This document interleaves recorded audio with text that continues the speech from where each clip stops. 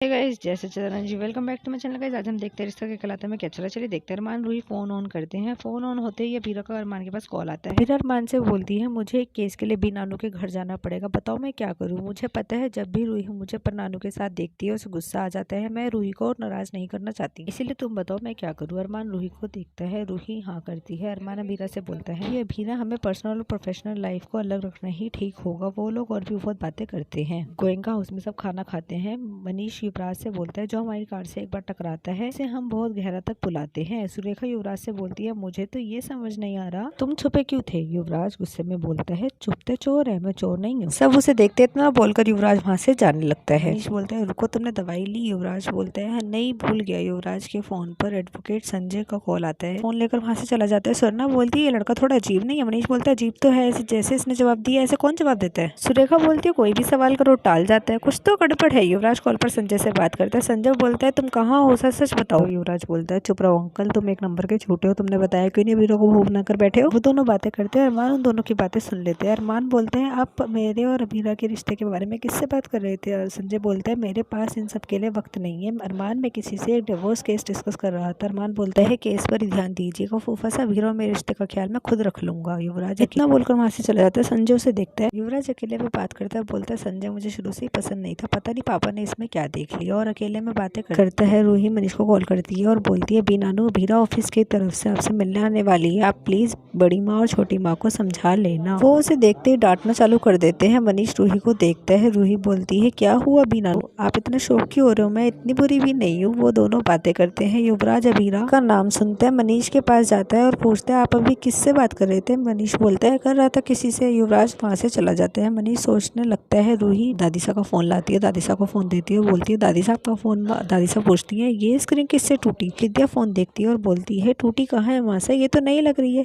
मासा बोलती है, क्योंकि ये नई है। विद्या, किसने तोड़ी ये स्क्रीन। रूही अबीरा की डांट वाली बात सोचती है और रूही बोलती है, वो मुझसे आपका फोन गिर गया था दादी साहब। फिर दादी साहब बोलती है, गलती करने के लिए अबीरा काफी है, तुम उसकी जैसी मत बनो। इतना बोलकर दादी साहब वहाँ से चली जाती है। विद्या रूही को गले लगाती है और बोलती है, रूही तुमने अबीरा को बचाने के लिए झूठ बोला ना, लेकिन क्यों। फिर रूही बताती है कि प्रेस कंट्रोल वाले दिन सारी गलती मेरी थी। विद्या बोलती है, ऐसे ही बहनों की तरह साथ रहो इस घर में और खुश रहो। अबीरा गोयनका हाउस जाती है और गेट पर खड़े होकर सब सोचती है। उसके मन में कई सारी बातें चलती है। युवराज वहाँ से जाता है, सबसे बोलता है, थैंक यू सो मच, आपने इतना ख्याल रखा। सबसे मिलता है। अबीरा गोयनका हाउस में एंट्री करती है। मनीष युवराज को बोलता है, तुम्हारी हालत ठीक नहीं लग रही है, तुम थोड़ा आराम कर लो फिर चले जाना बाहर। युवराज मना करता है और बोलता है, जाना बहुत जरूरी है, वहाँ से जाने का बोलता है। अबीरा घर में एंट्री करती है। सबको देखते अबीरा के फोन पर कॉल आता है।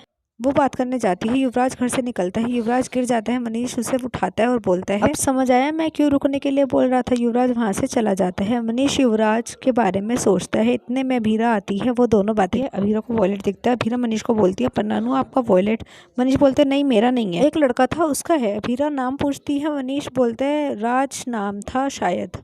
अबीरा बोलती है, मैं वॉलेट देकर आती हूँ। उसे अबीरा वॉलेट देने जाती है। युवराज कार में बैठकर बोलता है, वाह अबीरा तुम्हारी खुशबू तो पूरी गलियों में फैली हुई है।